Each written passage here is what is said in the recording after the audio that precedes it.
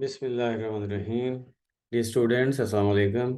16 of November 2022 को जो questions WhatsApp group में शेयर किए गए उनके आंसर्स, ये वोकेबलरी के क्वेश्चंस हैं।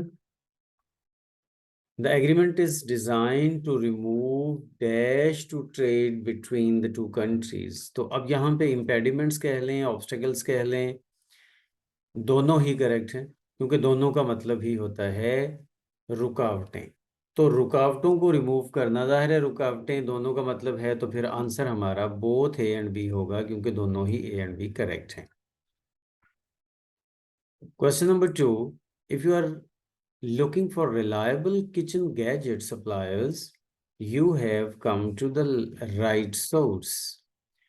किचन गैजेट सप्लायर, गैजेट का मतलब होता है इंस्ट्रूमेंट्स, वो चीज़ें, टूल्स जो वहाँ पे यूज़ होते हैं किसी जगह पे, वो गैजेट्स होते हैं। आगे चलते हैं तो number 3, it's population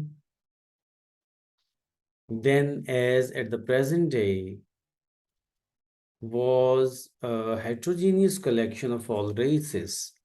all races, जाहिर है कलेक्शन ऑफ ऑल रेसेस कहा गया है, तो सब लोग मिले मिले जुले ही होंगे ना, कई तरह के लोग होंगे। तो हेट्रोजीनियस का मतलब है कोई भी ऐसा मिक्सचर जो कि एक ही तरह का ना हो, डिफरेंट चीज़ों से मिलके बना हो, उसको हम हेट्रोजीनियस बोलते हैं।